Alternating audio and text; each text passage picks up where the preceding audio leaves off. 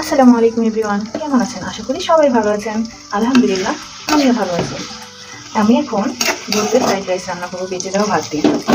সাথে থাকুন আর দেখুন। কয়েকটা রসুন ছেড়ে দিলাম। ফ্রাইড রাইস রান্না করার জন্য সবগুলো সরষে আমার কাছে নেই, ডিম ছেড়ে দিলাম। যা যা ছেড়ে দিয়ে যান সেগুলো গরিবের ফ্রাইড রাইস মরিচ করে দিয়ে দিলাম। আপনারা আবার মাইন্ড করেন না যে গরিবের ফ্রাইড রাইস, যেমন গরিবের শাহরুখ খান, গরিবের সালমান খান, গরিবের ক্যাটরিনা থাকে না, এরকম আমার রান্নাটার কথাও এখানে প্রেজেন্ট করলাম। এর ভিতরে আমি ফুলকপি আর আলু কেটে দিয়েছি, একটু ভেজে মতো তেলে।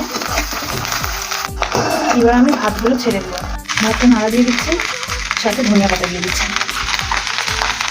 রাত হলেই কিছু না কিছু মায়ের খেতে ইচ্ছা হয়, তারপরে এরকম ক্রেভিং হয়, কমেন্টে বলবেন অবশ্যই। আমি রান্না করতে যেমন ভালোবাসি, তেমন রান্না করে প্রিয় মানুষদেরকে সাথে নিয়ে খেতেও ভালোবাসি। আমি কিন্তু একা একা খেতে অনেকে আছে না যে আমি একা খাবো একা নেবো, এরকমটা না। আমার কাছে মনে হয় রান্না করবো, প্রিয় মানুষদের নিয়ে সেই রান্নাটা খাবো এবং কেমন হয়েছে তারা একটু আমার প্রশংসা করবে, এইটাই আসলে। দেখুন ডিমটা কত সুন্দর করে ফাটিয়েছি আমি।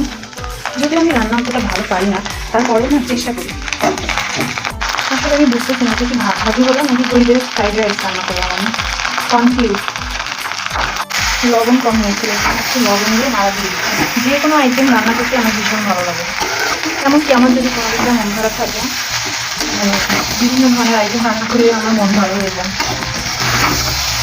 কারো সমালোচনা বা কারো বিষয়ে কোনো আলোচনা করে কথা না বলে কাজ করে যদি সেই সময়টা আমরা অপব্যয় করি ভালো হয়।